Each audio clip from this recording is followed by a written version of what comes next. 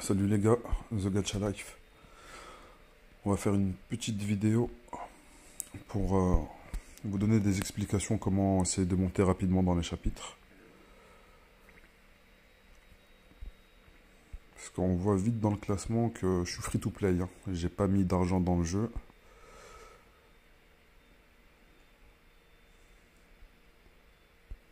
Déjà même dans le top 10, passer le palier 2400 qui est un palier assez important on va dire dans le jeu. C'est compliqué, palier 2400, il y en a juste 5 qui l'ont passé. Et c'est un palier qui est très important pour développer pas mal de bonus. Surtout à travers la chaîne du destin. Mais sinon, ce que je vous conseille de faire, c'est essayer de focus rapidement Heinz. Montez-le principalement. Cherchez pas à équilibrer votre équipe. Si Heinz n'est pas au niveau maximum, ne cherchez pas à équilibrer tous les autres personnages de votre équipe.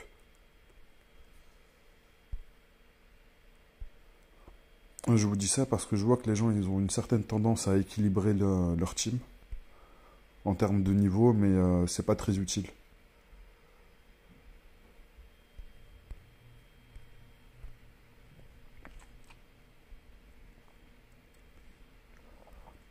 Là actuellement, pour progresser, j'ai besoin d'énormément de précision. Donc mis à part Heinz, qui a un bonus de précision par rapport à son sort, qui augmente sa précision totale de 100%. Lui, je me suis permis de ne pas tout mettre ses stats en précision. Par contre, tous les autres personnages, principalement, c'est que de la précision que je mets en substat.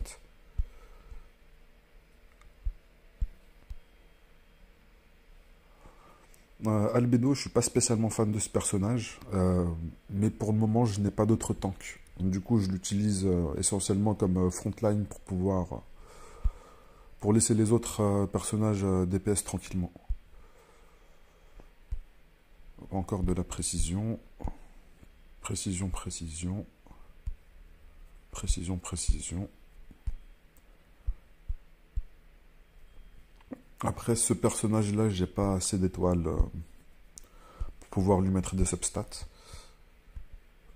Mais déjà, elle se donne 50% de précision grâce à sa compétence. Même problème pour Sylvesta. Pas de bonus de précision parce que j'ai pas de substat. Mais lui, je l'utilise surtout pour le bonus à l'équipe qu'il donne grâce à Agonie de la condamnation. Augmente le taux d'attaque de points faibles de 24% et les dégâts d'attaque de points faibles de 24%. Ça booste énormément les dégâts et là où j'en suis, il a du mal à le placer parce qu'il n'a pas assez de précision, mais si vous êtes bien avant, vous n'aurez pas de problème. J'ai eu le problème de précision simplement à partir du niveau, on va dire 7000. Avant, j'avais des substats pour augmenter les dégâts, j'étais en full attaque. J'augmentais pas spécialement le taux de critique, j'augmentais pas spécialement les dégâts de critique, je mettais simplement de l'attaque. Vu que j'ai énormément de personnages à distance dans mon équipe, j'ai mis ce support-là. Alice qui augmente le taux de critique de 16% pour l'équipe à distance. Là, vous pouvez voir directement ici.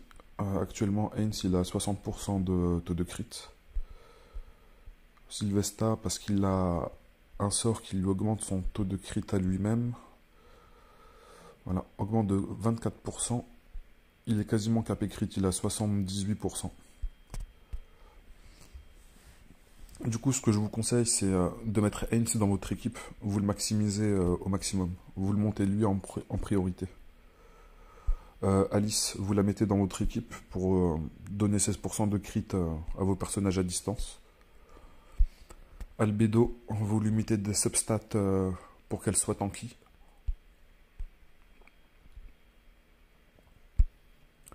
Shelter, là où vous en êtes, normalement des substats DPS devraient suffire.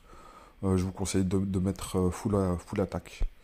Juste de l'attaque, ça suffira largement.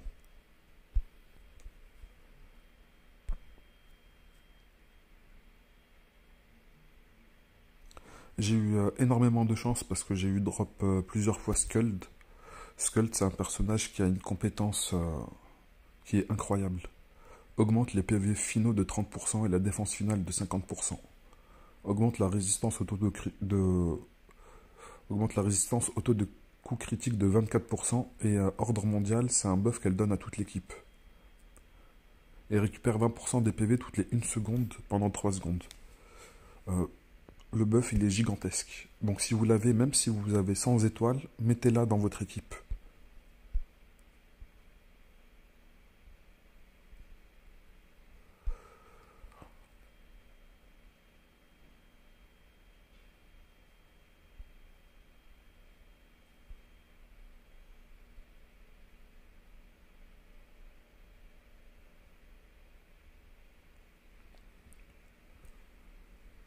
Sans compter qu'elle augmente de 24% le taux de crit de toute votre équipe lorsqu'elle-même elle place un coup critique. Skuld, si vous l'avez, placez-la directement dans votre équipe. Un autre personnage dans le même style que Skuld, c'est Société Magique Elk. Augmente la précision totale de votre équipe de 24%. Et inflige le debuff éparpillé pendant 10 secondes. Augmente les dégâts subis de 30%. C'est gigantesque. Ça veut dire que déjà, on a un debuff qui peut réduire la défense de 50%. Il y a pas mal de personnages qui l'ont. Et en plus de ça, elle rajoute 30% de dégâts subis. C'est gigantesque.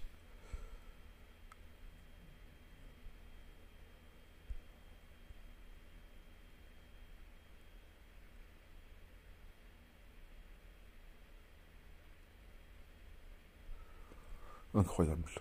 24% de taux de coup critique, 24% d'attaque de points faibles et dégâts bonus de 24%.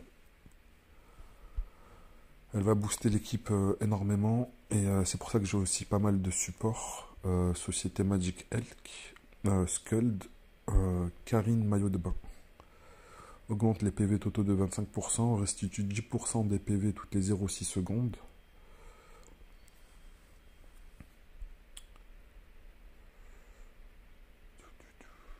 Et elle a pas mal de survie avec l'annulation des dégâts 2 fois.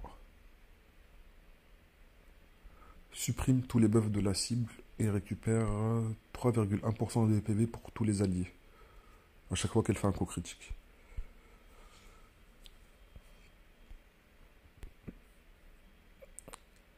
Et le dernier support que j'ai mis, c'est Mei Maillot de Bain.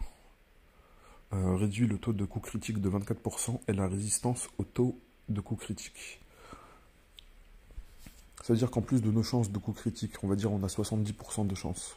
Si l'ennemi en face, il a on va dire 20% de chance de résistance au coup critique, et ben en fait ça lui met à 0. Du coup on a réellement 70% de chance de coup critique, parce que s'il a 20% de chance de résister, du coup ça nous met à 50% de résistance. Enfin 50% de chance d'infliger un coup critique. Le repoussement, je suis pas spécialement fan, mais bon, c'est plus pour le PVP je trouve. Et c'est pareil que pour réduction de chance de coup critique, on réduit le taux d'atténuation. C'est-à-dire que la défense, elle va réduire les dégâts que l'on subit, et ensuite, il y aura encore une autre réduction avec le taux d'atténuation.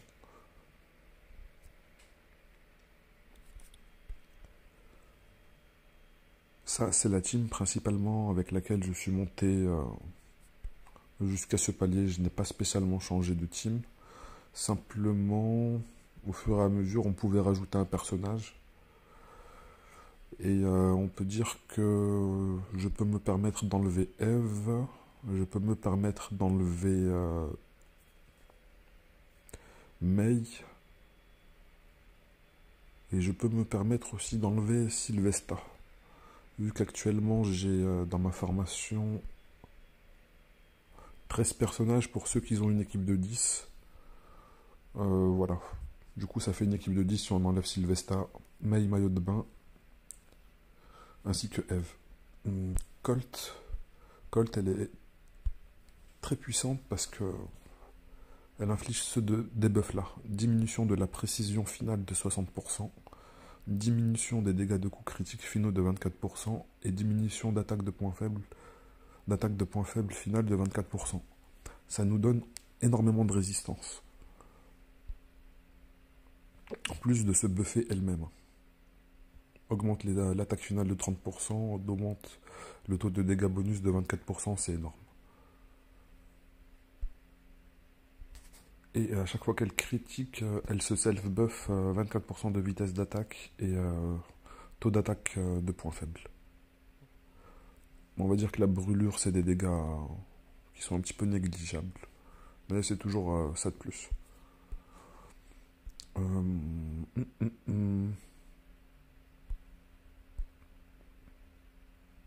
Regenlief. Réduit le taux de coups critiques. Réduit la défense totale de 50%. Donc avec elle, j'ai réduit la défense totale de 50% et avec elle, qu'on augmente les dégâts de 30%. Elle, normalement, vous avez pu la récupérer dans les événements si vous avez commencé il y a à peu près 3-4 jours. On pouvait la récupérer de manière gratuite. Et en plus, elle a une base de dégâts qui est quand même pas mal, vu qu'elle a une compétence qui inflige 3000%. Et c'est pas tous les personnages. Il me semble que c'est les personnages de dernière génération qui ont 3000% de l'attaque. En dégâts de compétences, parce qu'il y a comme le personnage gratuit qu'on nous donne et qu'on peut monter rapidement. Je l'ai utilisé un bon moment, Rachel, après l'avoir mis au chômage. Et je l'utilisais comme tank aussi. Mais voilà, 250% de l'attaque. Et tous les personnages de première génération, ils ont des dégâts qui sont pas spécialement ouf. Et on le remarque assez rapidement dans le kit qu'il y a des personnages qui sont plus ou moins avancés que d'autres. 600%, l'attaque basique elle inflige 225, alors que lorsqu'on regarde Heinz, son attaque basique déjà elle inflige 775% de l'attaque, et sa compétence elle inflige du 3000. Bon, lui c'est particulier. Mais il le faudra quand même dans votre équipe lorsque vous passez le palier 2400. On va pas regarder son attaque de base, c'est surtout par rapport à ses compétences. Octroie le buff bénédiction du porte-mort au lanceur du sort pendant 10 secondes. Du coup, dès qu'il fait cette compétence-là, il annule les dégâts qu'il va subir 5 fois. La résistance au taux de coup critique de 24% et l'atténuation de 24%. Et c'est ça qui est énorme. Augmente le modificateur d'attaque des compétences actives de 1,5. C'est gigantesque. C'est-à-dire que votre compétence, lorsqu'elle inflige, on va dire 3000% de votre attaque de base, au lieu d'infliger 3000%, ça va être 4500. Réduit les dégâts subis de 30%. À toute la team, ça. Œil de l'abysse, c'est un buff qu'il accorde à tout le monde.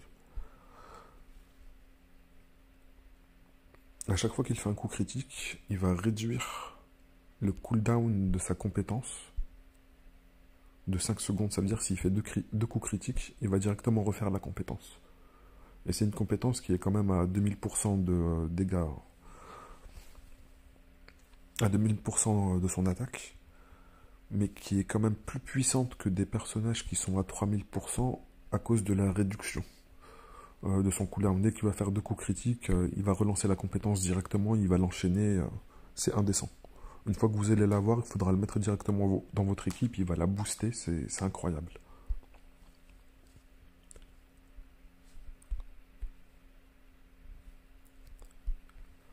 Lorsque vous allez l'avoir, il y a cette partie-là. Faudra avoir de la chance sur le rôle, mais ça va vous donner une substat en plus à votre équipe. Ça va augmenter de 22% les dégâts de coups critiques pour les types héros à distance. Je ne sais pas s'il y en a une qui augmenterait la précision. Ça serait parfait, ça. Voilà. Précision, là sur les types défense, faudrait que j'en roule une sur précision. Mais type à distance, ça serait parfait, ça. La seule que j'avais regardé, c'était type défense. 22% de PV, non merci. Et ce qui est bien, c'est qu'on peut... c'est qu'on a quand même l'ancienne substat qui est sauvegardée. Du coup, on peut quand même garder si on a fait un mauvais run. Ouais, heureusement qu'on peut garder parce que là, tous les rôles qu'on a eu, j'en ai vraiment pas besoin.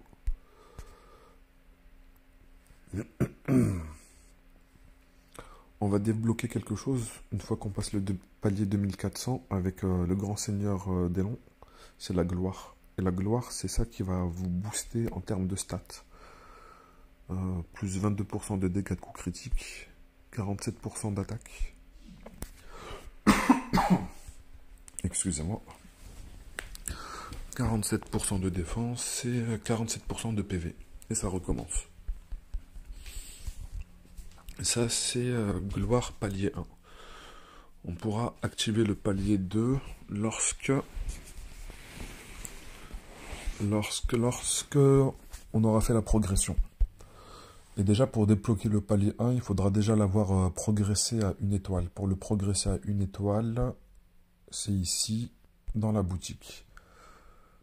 Ça coûte 10 000 jetons pour pouvoir en acheter un. Il faudra en acheter 2 autres exemplaires. Du coup, ça va vous en coûter 20 000 jetons. Les jetons, on les débloque avec ce petit mini-jeu. Et demain, je pense que je vais faire une vidéo, parce que là, je l'ai terminé pour aujourd'hui.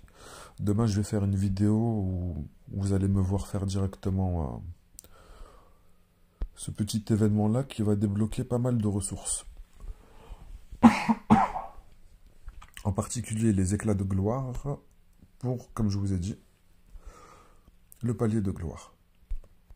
Les familiers, c'est un autre aspect qui est assez important et j'ai énormément focus Alfredo et celui de Rachel, enfin Richel, pour les chances de coups critiques. Et vu que j'ai besoin d'énormément de précision, là j'ai énormément focus celui-ci. Et celui-ci. Et celui-ci. Vitesse d'attaque, c'est très important, mais pour le moment, c'est pas ma priorité. Je focus plus, voilà, précision. Il me semble que j'ai débloqué tous les familiers légendaires. Ok.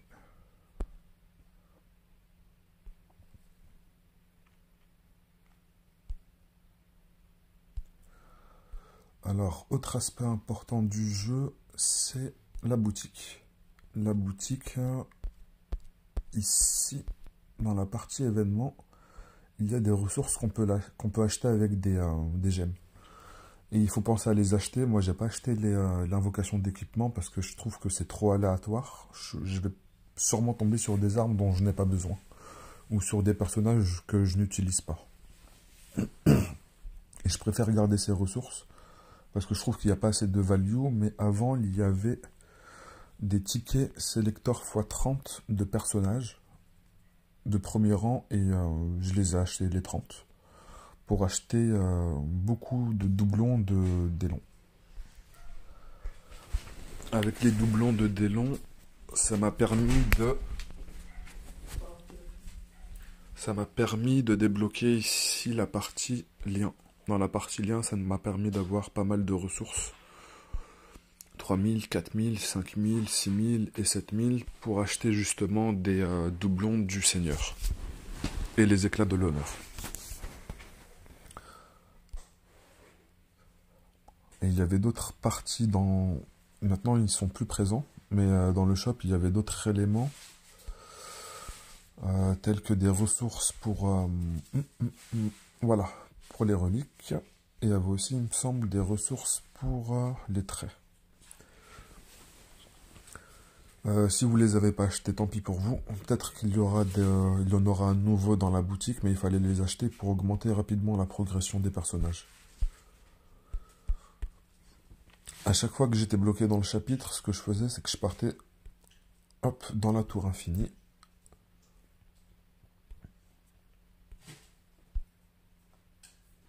Là, je suis à l'étage 695 et il y a énormément de ressources à récupérer. Là, maintenant, il donne plus de gold et de mana par 5 heures. Mais je crois que ça s'est arrêté à l'étage 500. C'est cette ressource-là avec le mana qui m'a énormément fait progresser au niveau ici de l'influence. En général, je max directement l'attaque et j'équilibre entre les PV et la défense, mais je mets toujours en priorité l'attaque à maximiser. Les traits, là, je pense que c'est assez évident que j'ai maximisé l'attaque au niveau de la défense. Je suis bien plus éloigné, même si maintenant ça tend à se rééquilibrer. Et au niveau de l'utilité, je l'ai quasiment pas touché. Et une fois qu'on aura complété tout ça, normalement, il y aura un nouveau palier qui va donner des stats en plus. Et j'en aurai bien besoin parce que la précision actuellement, c'est ce qui me bloque au niveau du jeu. C'est pas du tout les dégâts, ni l'attaque, ni les dégâts critiques, ni quoi que ce soit. C'est juste la précision. Mes personnages, ils ne touchent pas l'ennemi.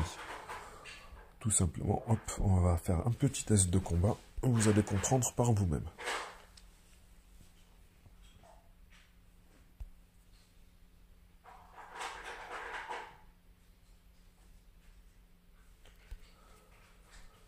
On va mettre juste pour le test. Normalement, je devrais faire un peu plus de dégâts, mais ça va pas changer grand-chose. Ça va pas me permettre de le passer, en tout cas.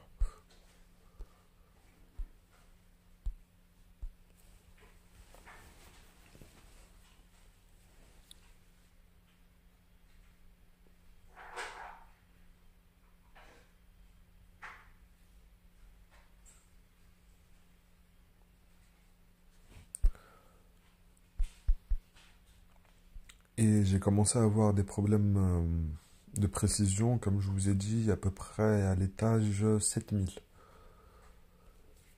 Il faudrait peut-être que là, maintenant, je commence aussi à changer les substats d'attaque en précision pour Heinz, parce que là, ça sert à rien de lui mettre de l'attaque s'il touche même pas la cible. Du coup, je crois qu'on va les changer tout de suite.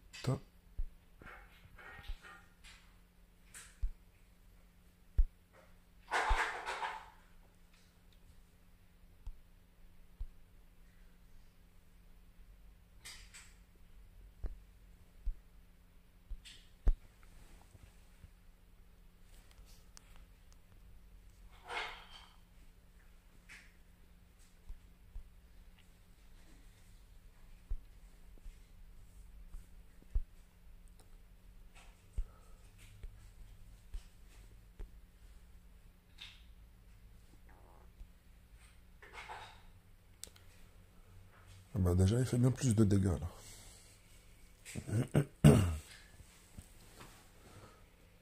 C'est pour ça que je vous conseille de monter directement un seul personnage, Heinz en particulier, pour faire des dégâts, et il vous faudra Albedo un petit peu la monter pour qu'elle soit résistante et qu'elle ne meure pas directement, mais tout le reste, ça doit être du support.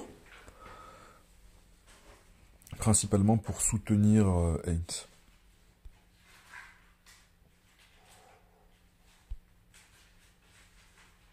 Je sais pas si vous avez débloqué, je sais plus à quel étage on débloque le range des familiers et les bénédictions.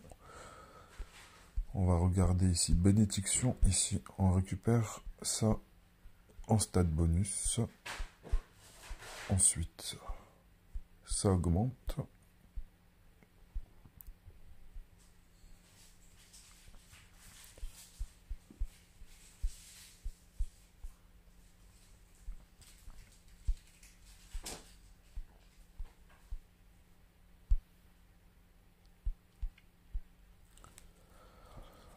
Et dans chaque palier, il y aura 2 substats qui vont être verrouillés qu'on ne pourra pas sélectionner. Là, forcément, le 53% de précision en plus, c'est ce que je vais chercher en priorité.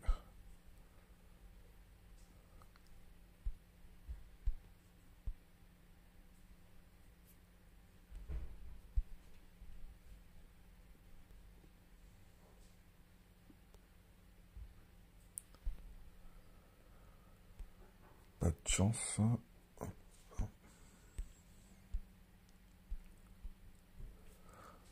Bon, bien sûr, les événements, si vous ne les faites pas, ça va être problématique, hein, parce que les boutiques, elles apportent énormément de ressources. Normalement, je devrais pouvoir tout récupérer avant la fin de l'événement, là, dans les 6 jours. Je devrais normalement pouvoir clear tout le shop. Et n'hésitez pas à récupérer les billets d'entrée. Les billets d'entrée, vous êtes obligé de les acheter en priorité. Dès que vous voyez que vous êtes en train de progresser, que vous n'êtes pas bloqué, prenez les billets d'entrée et avancez le plus loin possible. Ça, quel que soit en fait quel que soit l'événement, il faudra essayer d'avancer le plus loin possible à chaque fois. Celui-là, cet événement-là, il a pop aujourd'hui. Je ne l'ai pas encore terminé. Je n'ai pas vraiment commencé.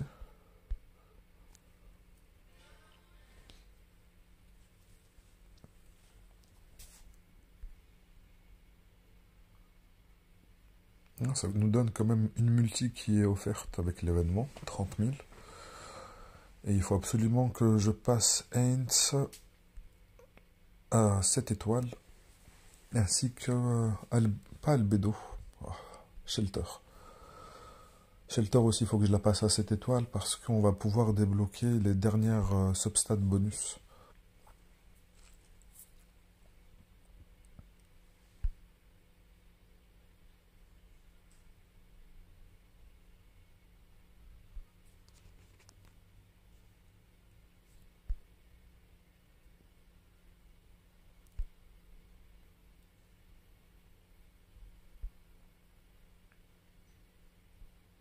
Ah mais du coup ça donne plus que 30 000 gemmes en fait l'événement là, parce que je pensais qu'il y avait que 10 paliers.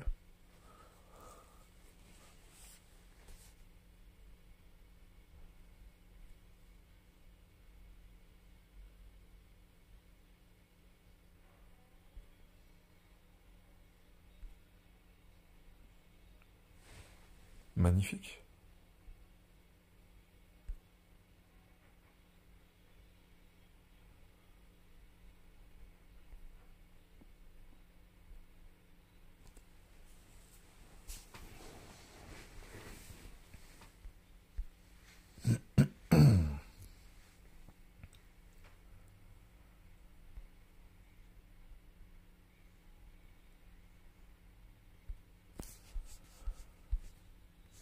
Ok. Il y a 20 paliers du coup, ouais, ça nous fait 60 000 gemmes en plus de multi. C'est pas mal.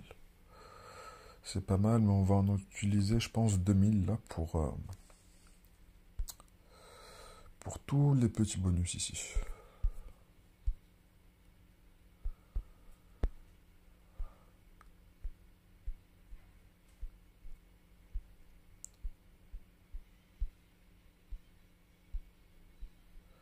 C'est dommage qu'il n'y ait pas de système pour pouvoir acheter tout d'un coup.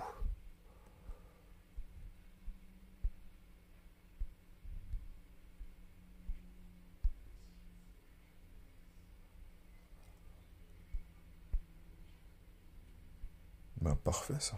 Parfait, parfait. Du coup, Hens, faut qu'on le passe 7 étoiles pour avoir les deux dernières lignes ici. Et là, on va pouvoir chercher de la précision en légendaire là, vu qu'on a un bon stock de dés.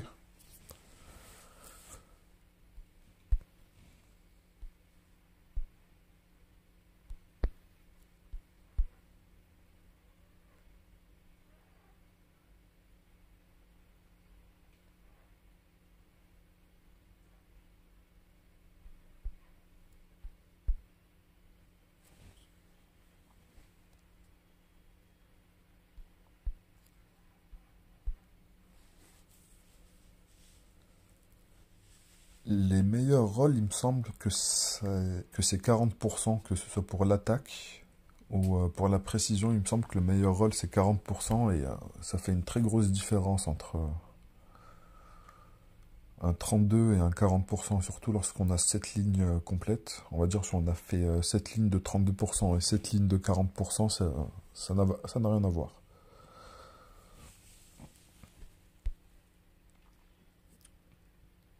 Alors. On a récupéré quelques multi pour le familier.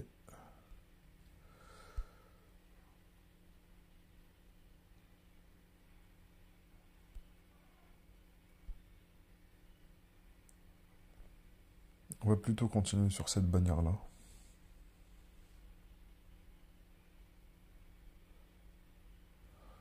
Vraiment pas de chance là. Sur 1000 poules, pas un seul légendaire.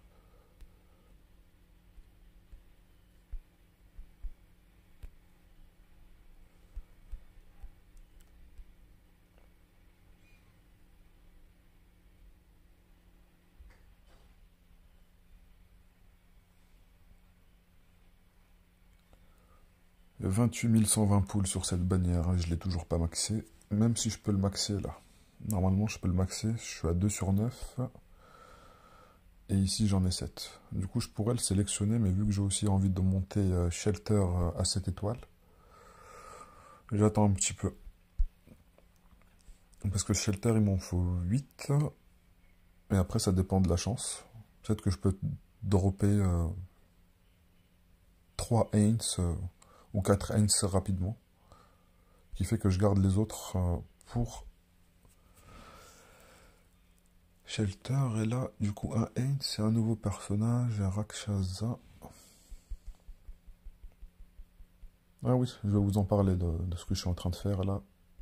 Ça va être le dernier tips, peut-être l'un des plus importants de la vidéo. Alors, un Aints, et on s'arrêtera à un seul Aints en plus.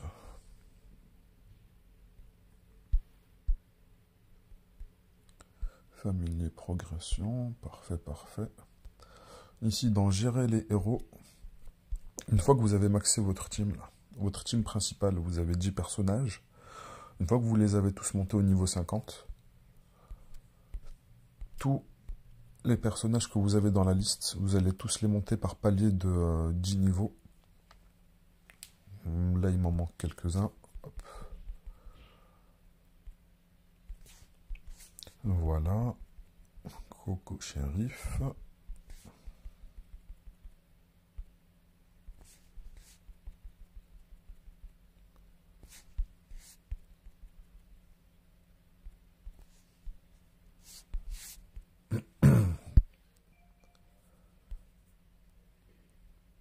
Parce que vous allez pouvoir récupérer à chaque fois des petits bonus, des stats en plus et des gemmes en plus. Du coup, vous faites ça avec tous vos personnages. Tous les personnages que vous avez dans votre box, selon les ressources que vous avez. D'ailleurs, je vous conseillerais plutôt de ne pas spécialement attendre de maxer votre team principal. Si vous avez déjà maxé Aints et avoir quelques persos au niveau 30, n'attendez pas et passez tous les autres personnages au niveau 10 rapidement. Vous les montez tous après au niveau 10 et vous regardez après votre stock de gemmes que vous avez. Si vous sentez que vous pouvez faire une autre vague et les faire passer tous au niveau 20, vous continuez. Et vous récupérez toutes les gemmes et toutes les stats qui sont au cumul. Ça vous donne énormément de stats bonus. Faut vraiment pas le négliger. Si vous le négligez, vous n'allez pas progresser parce que déjà, vous dormez sur des gemmes. Vous allez dormir sur des poules de personnages. Et surtout sur les substats que vous n'aurez pas. Donc, comme ici, hop, j'ai combien? Je suis à 23 millions. Je pense que je pourrais monter certains personnages au niveau 30. Ça m'aiderait pour ma progression. Et les grands seigneurs, il faut les récupérer parce que leur codex, faudra les monter parce que leur codex, lui, il donne beaucoup plus de stats que les autres, comme ici. Plus 12% d'attaque. C'est énorme. Et c'est pareil pour le grand seigneur d'Elon. Au niveau de la progression, vous allez voir que les stats bonus qu'il donne sont beaucoup plus fortes que les personnages normaux. Voilà, ici on a 1,5%, 2,25%, 3%. Ici c'est 9, 12.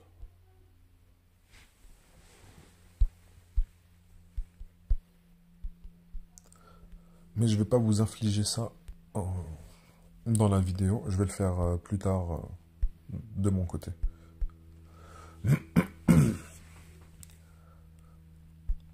Je pense que la vidéo, elle a été assez